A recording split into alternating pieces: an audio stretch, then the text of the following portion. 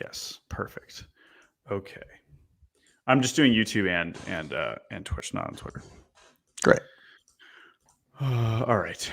So yeah, I mean, this is. So wait, how many do you say you feel good about? Yeah. How many? 4.5. I have listed 1, 2. I have like. I think there are two obvious picks. There's one really funny one that's kind of come back around, but we'll see here. Okay. Are you keeping? Yeah, you're keeping Quinn. Yeah, I'm keeping Quinn. All right, let's do it. All right, so we're live. I'm just going to tweet this out here. Make sure people know they can come hang out and watch us draft pinch runners. You know, it's a good time to. I need a theme song for this. We're talking pinch runners. Oh my God! Come out to play. Oh wow, Trevor May, amazing. Here we go. Boom. Boom. Can I take Luke Williams or no? Let's see. Yeah. Let's see if. I mean, dude, it's so funny. Like, if you do combined defense, like Zimmer is so far ahead of everybody else. His season is incredible. I think he did make history for like fewest plate appearances with 100 games played or something close to that. An icon. Which is just amazing. Okay, now I got the Twitch notification. Wonderful. All right, pinch runner fantasy draft. Gotta send this YouTube clip. All right, let's get some people in the chat here. Dude, we're so fucking stupid. I love it. This is here we go. I'm just gonna tweet the screenshot of this. All right. Jordan, can you pronounce the name of my team before I start? Yeah, I mean, is it closer to Mensch or Minch? Like, how many things are we going Minch. Jake Minch. Oh my God. This is so good. All right, here we go. All right, welcome everybody in to the stream. This is mostly a self-indulgent exercise. Mostly? If you subscribe to us on YouTube, you watch this video, you know that this is something that we took very seriously. And I got to say, it has, especially with the lack of postseason drama relatively, this has really amplified our enjoyment of the last few weeks of the season. Back on September 12th, we drafted pinch runners for the regular season and the postseason.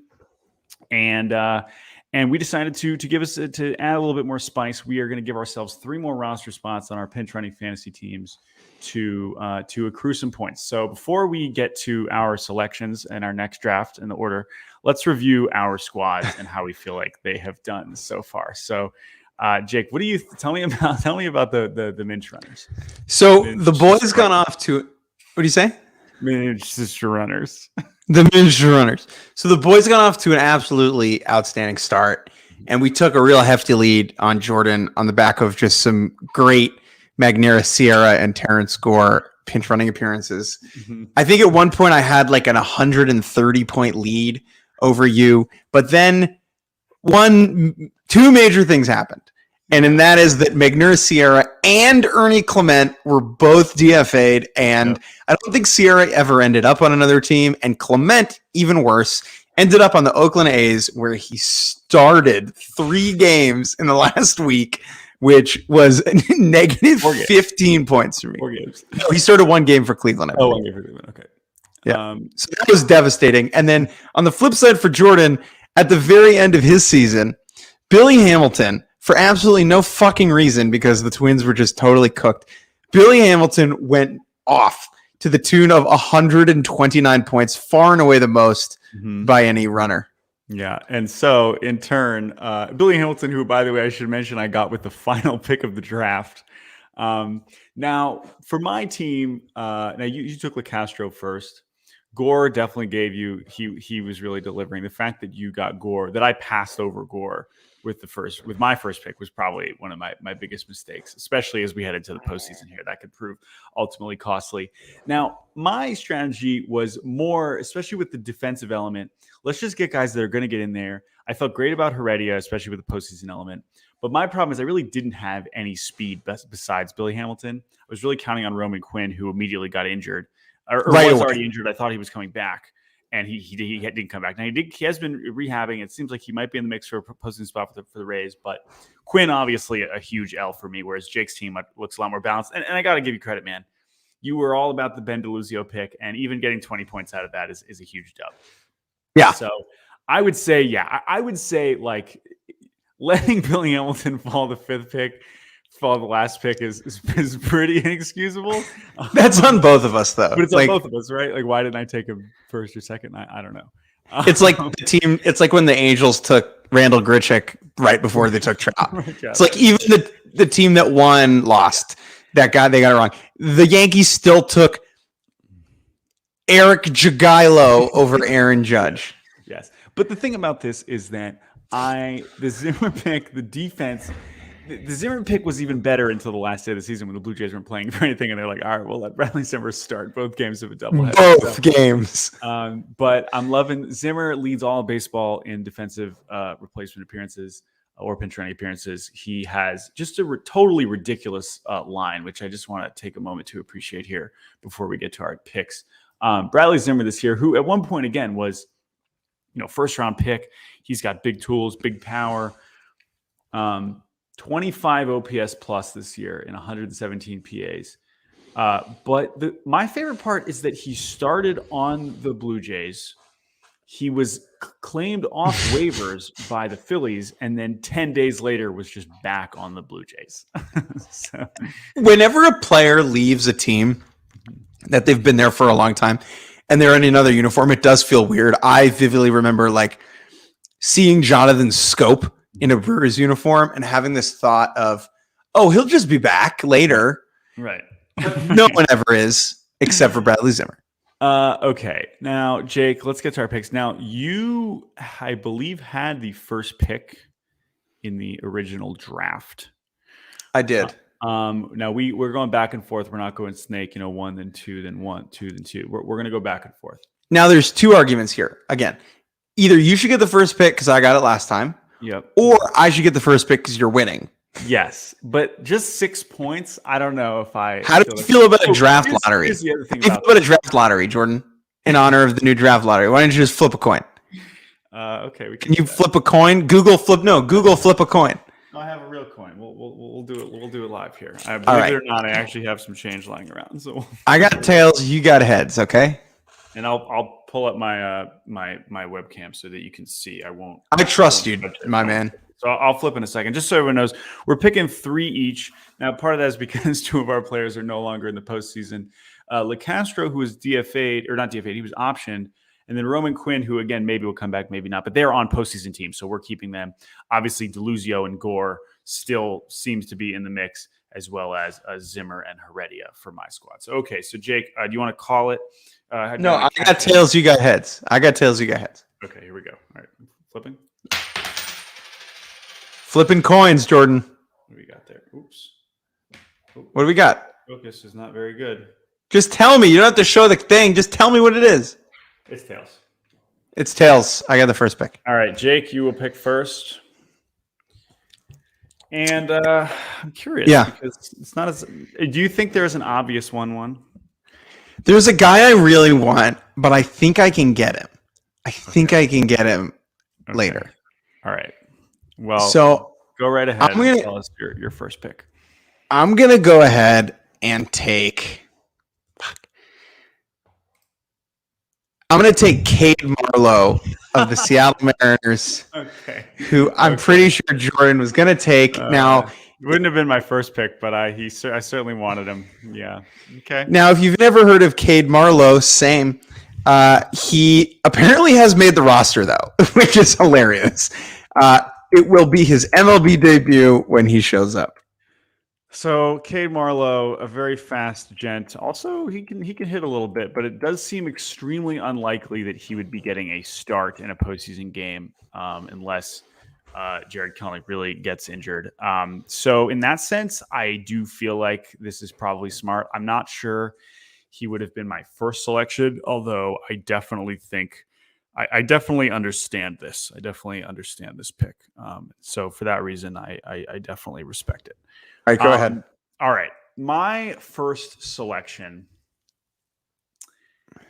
is going to be, oh man. All right. I'm going to go with Jose Azocar, who I strongly considered in the first iteration of this draft. Now he has started a good amount, although I don't think he will start against Scherzer or DeGrom or Bassett. What team is he on, Jordan? He is on the San Diego Padres. People don't know these things. Maybe they do. Azocar.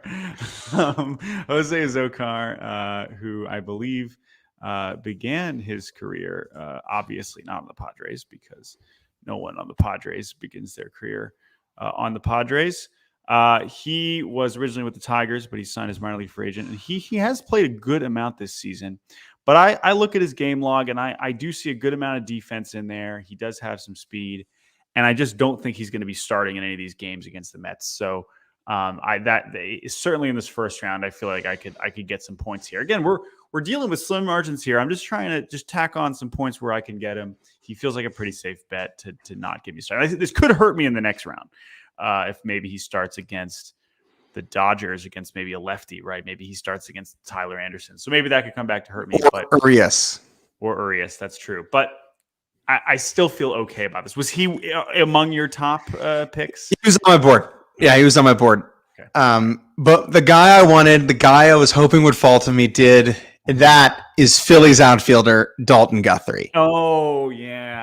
Okay. All right. So Dalton Guthrie was not in the mix when we first did this draft, I don't believe, right? We were talking about Vierling, who apparently will be getting the start in the first game. So I'm glad he's off the mix. Now, there's another Philly who I almost took last time, who is now maybe swung back around as an option. But he has been injured and hasn't played, so I probably won't be picking him. But I just wanted to mention that because Mr. Sosa also could be an option. But it seems like Guthrie is a good option here, although it seems more like a pinch hitter than a pinch runner. I don't know. What do you think? Yeah, I just don't expect him to get any starts. And there are enough really slow guys on the Phillies where you can imagine them pinch running, right? Yeah. Schwarber on second as the winning run, like Dalton Guthrie. Okay. Nick Castellanos, they're up a run late. Dalton Guthrie, you're in the outfield. Like, he's that guy. And even Harper, right? It's like, okay, tying run, Dalton Guthrie. And if we look at you could just see Vierling plays a little too much to pick him. Brandon Marsh plays too much to pick him. Even like Nick Maton plays too much to pick him.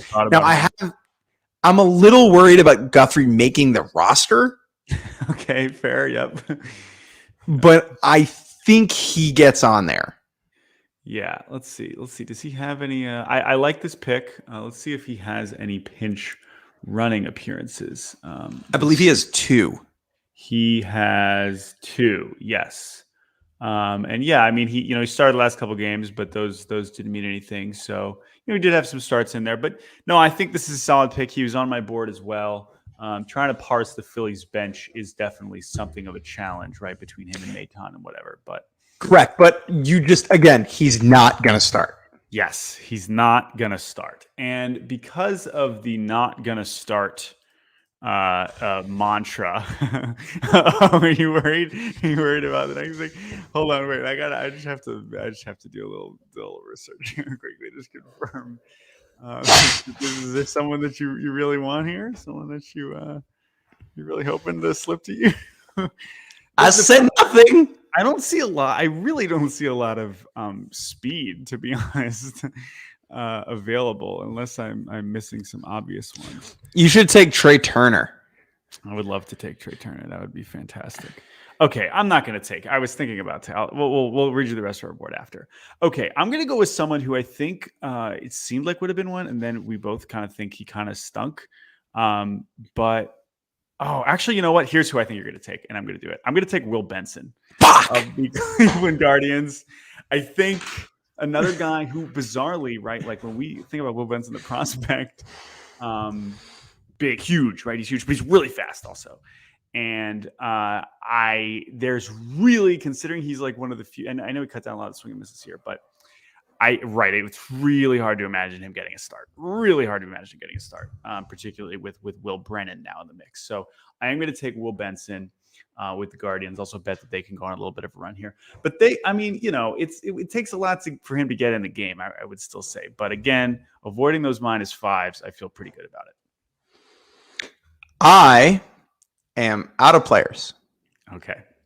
Well, I can think of a couple others that. Do you want to give me some recommendations for this? No, I mean I have guys. I just don't like them. I would say that the Mariners still have some possible candidates. They do. I would say they do. You could the Yankees. You could double down on the Phillies. Who on the Yankees? I mean Marwin, right? No. Defense, but you don't want that. Someone in the chat said JBJ. JBJ is a possibility. I mean, again, he could start a game. Zimmer, will not. So Peraza is an interesting suggestion, but he also could just end up starting every short game at shortstop. Peraza is on my board. Okay, here's what I think I'm going to do. Okay, yeah. This is a kind of a really risky pick. Okay.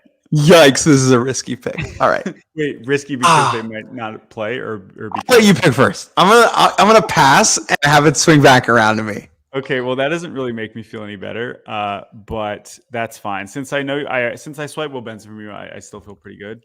I am going to take the guy who hopefully will fill in if Roman Quinn doesn't come back, and I will take Vidal Brujan, who has popped back up on the Rays roster, and I also do not believe will be getting a start in almost any situation, and also is fast. So I don't love it, but again, I'm looking at the other options here, and I don't really have anybody else who could realistically like steal a base in a pinch. I don't think.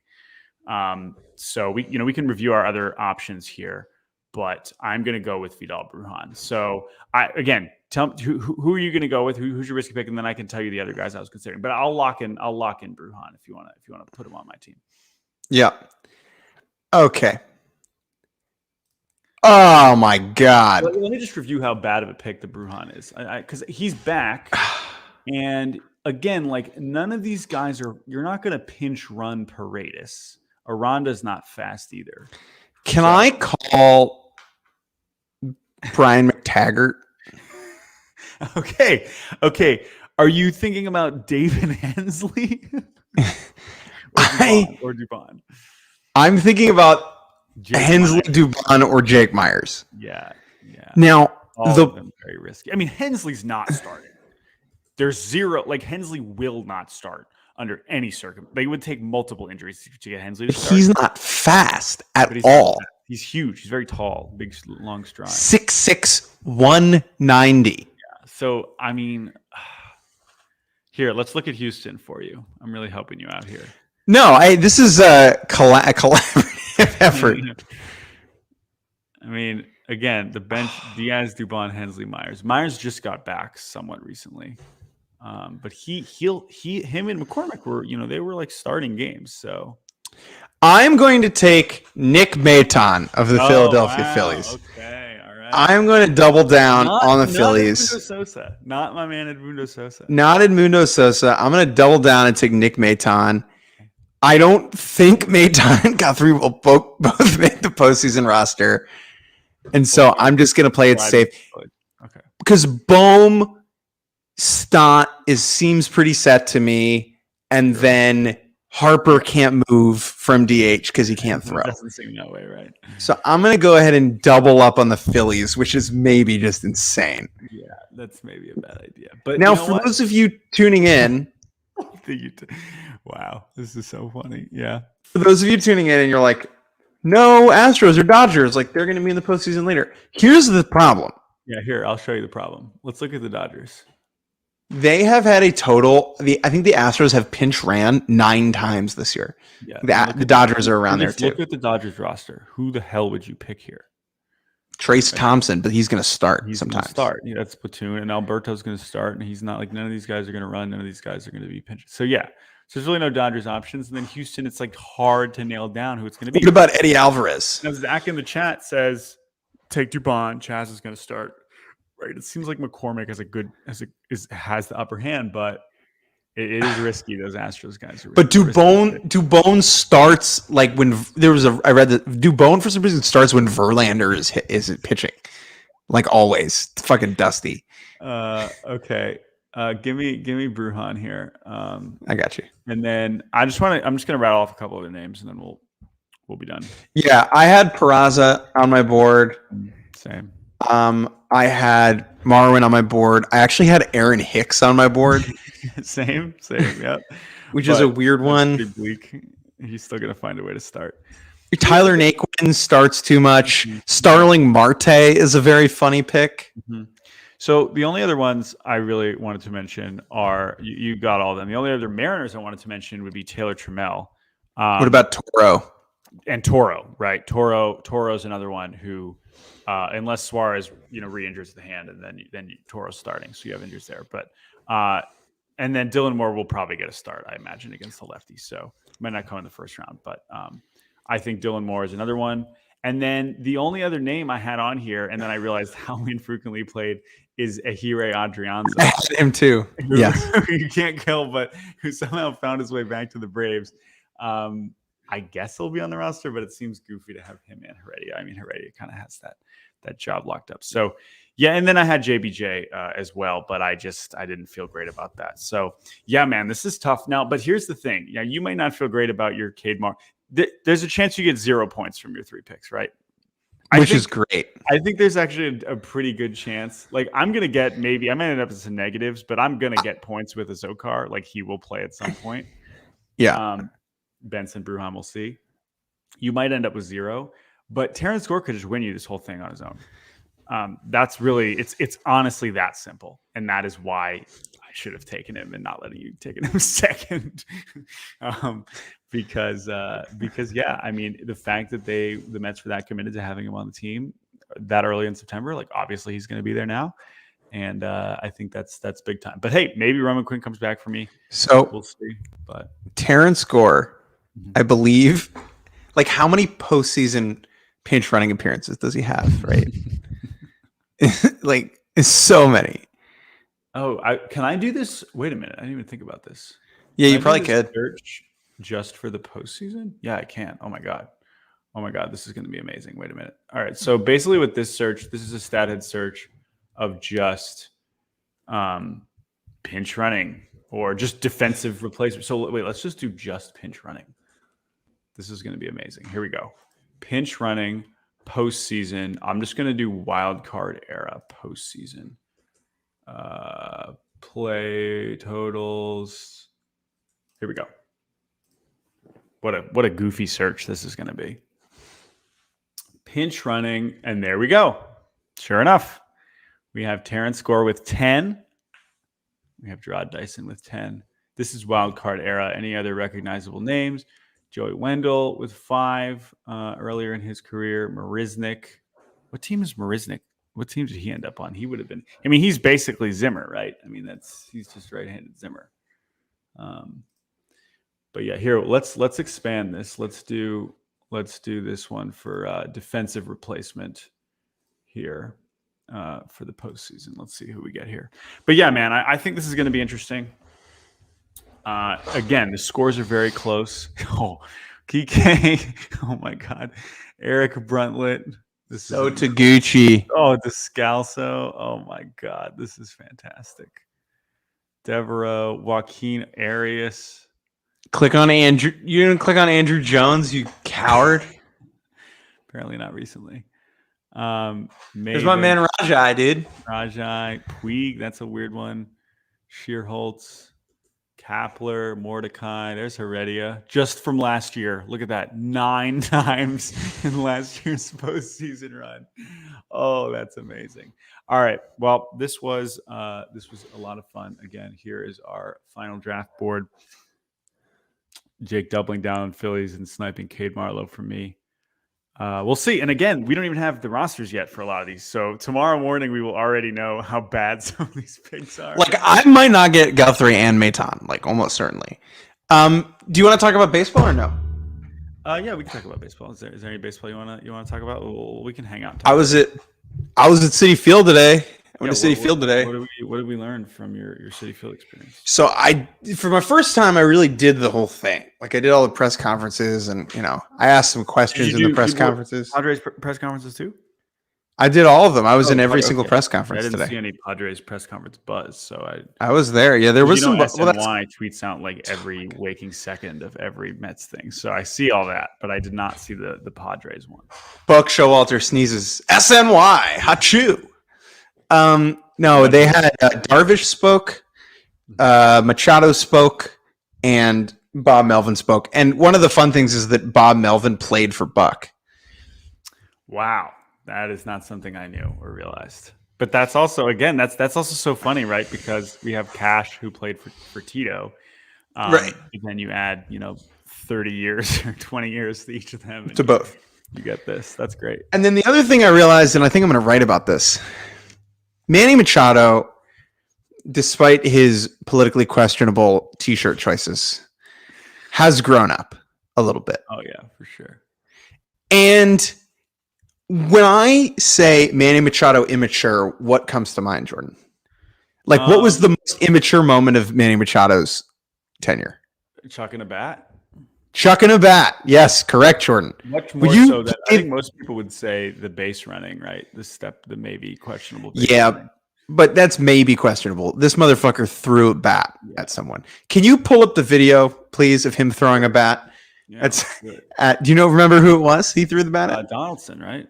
Correct, which is important. It's an important piece of context because yes. Here, what is Josh Donaldson other than maybe the most widely despised man in baseball? And he has been for some time. Yeah. Even before he went all racist on Tim Anderson.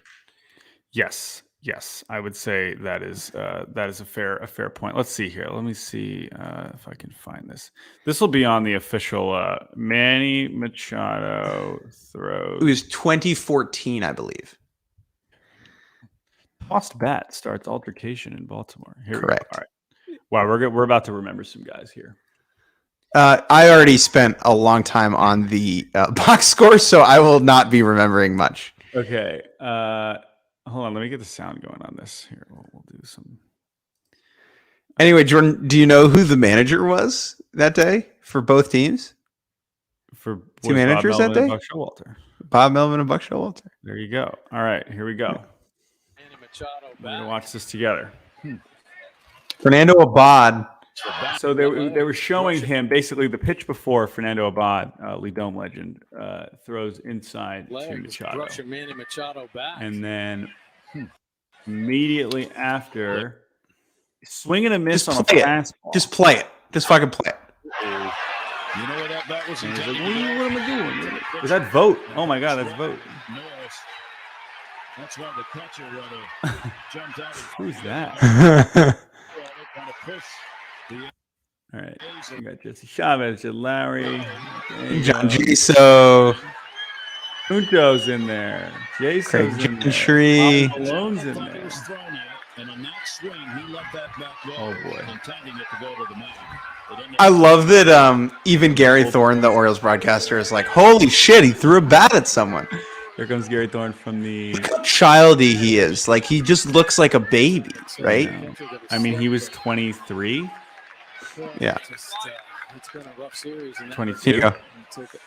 That is just one of the most ridiculous. Like this. We don't angle talk about this enough, dude. This is crazy. Like okay, the ball's in the glove. Ball is right. I'll let it run, but like rough series in that regard. Swing and a miss. It's what a stop by the ump with his foot there. Is that Donaldson? No, that was Cayaspo. It doesn't look like Donaldson. That's Cayaspo, I think. R.I.P. Yeah, it's not Donaldson, I guess. So it's weird because everyone remembers it. I remember it as being Donaldson. Yeah, Donaldson is here. He's on the team, but that's definitely Cayaspo. What's the date on this? June 9th? June 8th. That was intended. Yeah, towards Alberto Cayaspo. It's so funny. No, Donaldson. This is Donaldson. What do you mean? What's I have Donaldson as the listed third baseman. That's super weird because look at the What inning is this?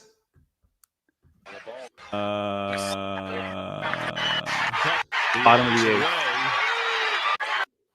Can you stop going back and forth? It's the tough listen. If you're going to do that, mute it.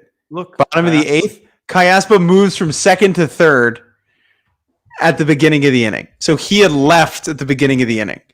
Did Machado forget?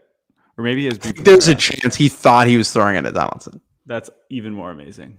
Cayaspo's like, what are you beefing with me for? What a stop by the ump. I love that the ump seemed ready to stop that. Because do this, Jordan. Google Donaldson Machado. Yes. Donaldson. Oh, they had been beefing the day before. Yes. Here we go. Bench is clear after Donaldson tags Machado. Wait a minute. Is this? Yeah, this is the day before. Or sorry, 2 days before.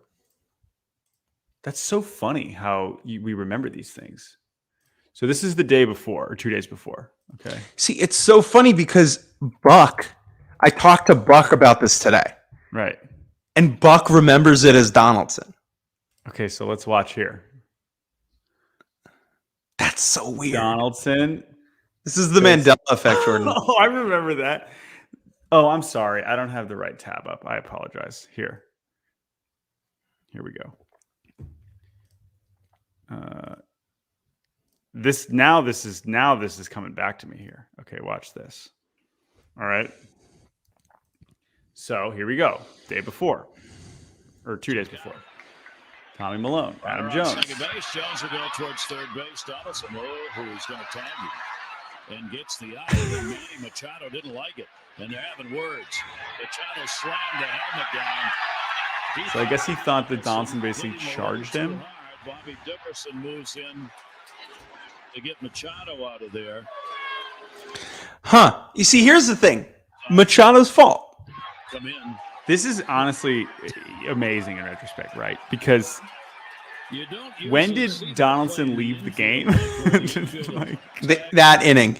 throwing to first. Right. And Donaldson, he said, well, man, he's right here, so I might as well tag okay, I mean it was a pretty Kind aggressive. of tagged him. Not really.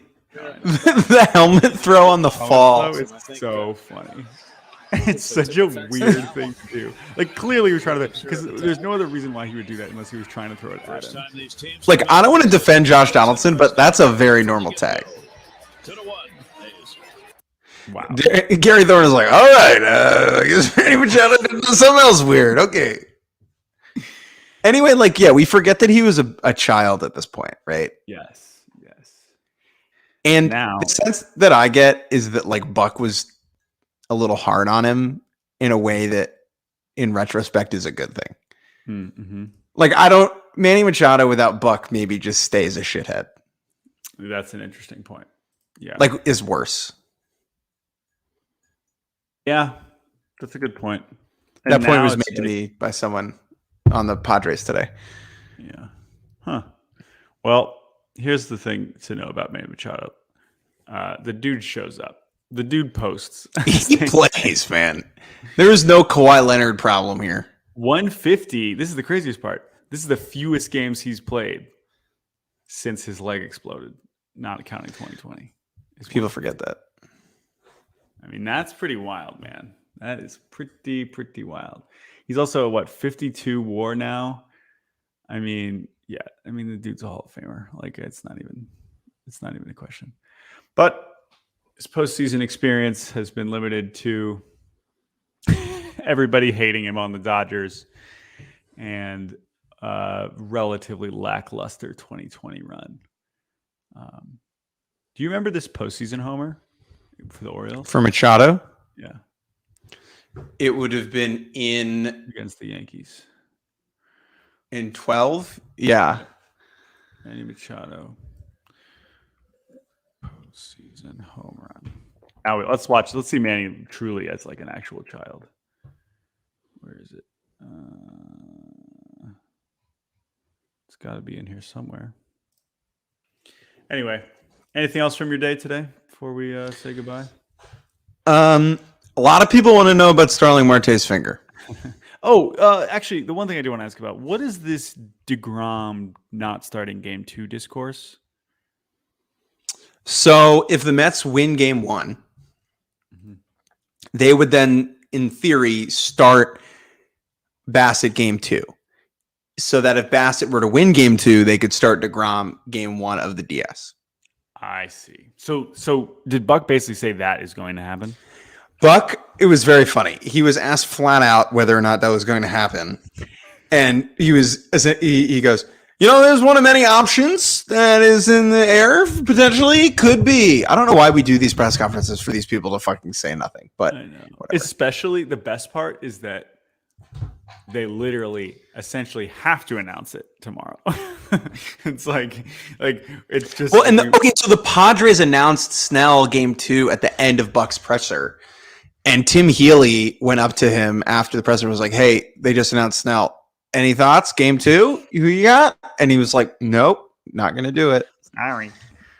And then the rough quote was outstanding stuff. What was? Oh, that was about great. What all of God's children are eligible for the Mets postseason roster. And then he looked at me.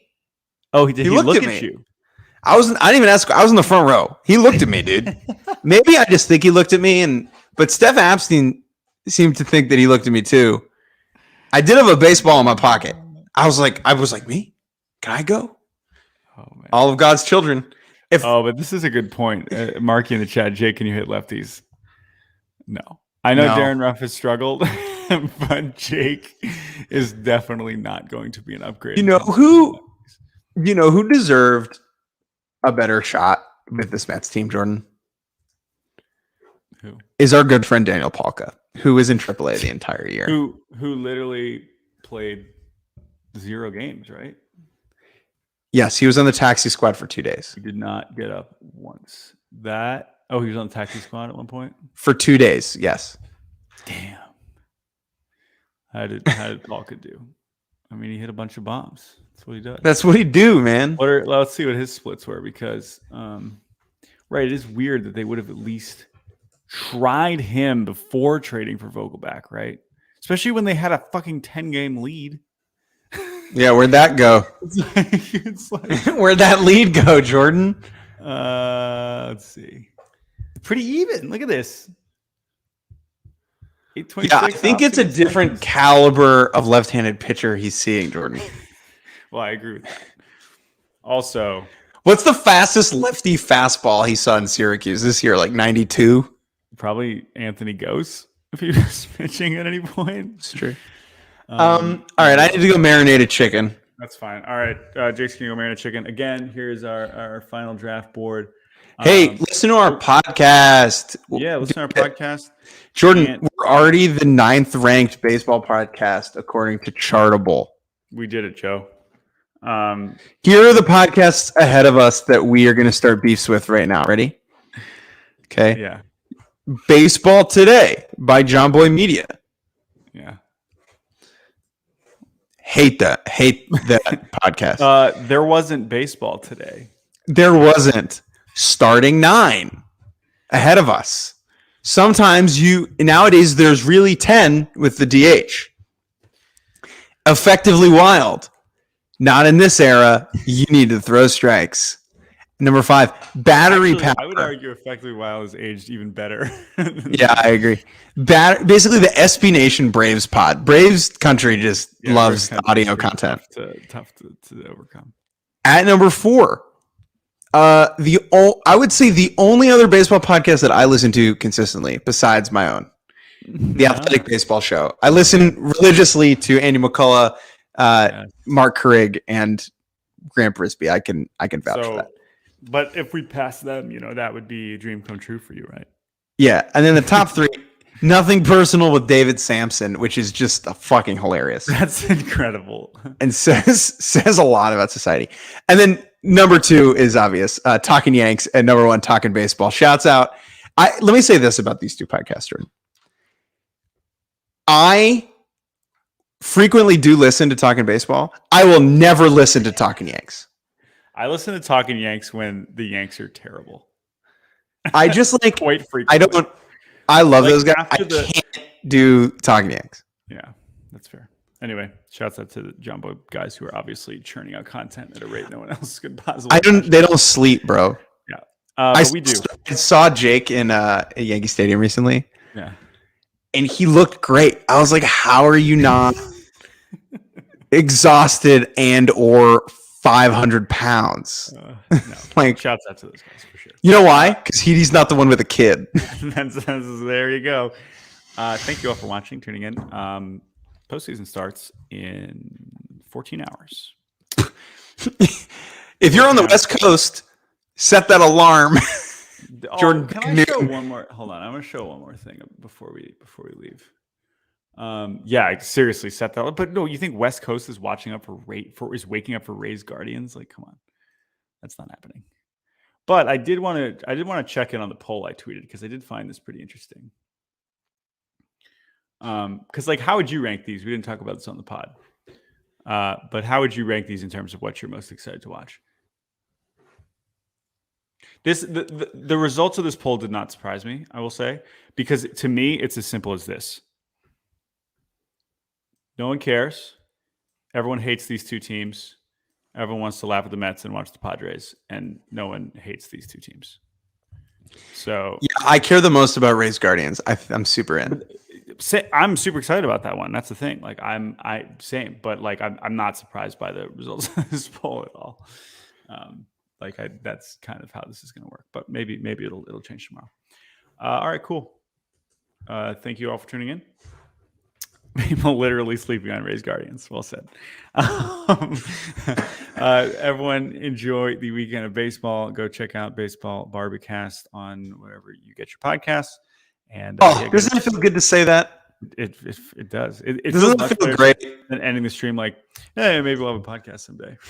No, but I mean more just like when we had a podcast. Mm-hmm. And we just said, like, go listen to it. We never had to say wherever you get your podcast because that was implied.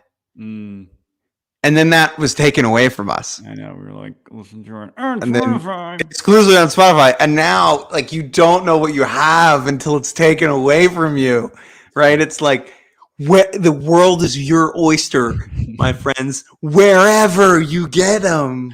Anywhere. All right. We're done. Have a good night, everybody. We'll talk to you very soon. Bye.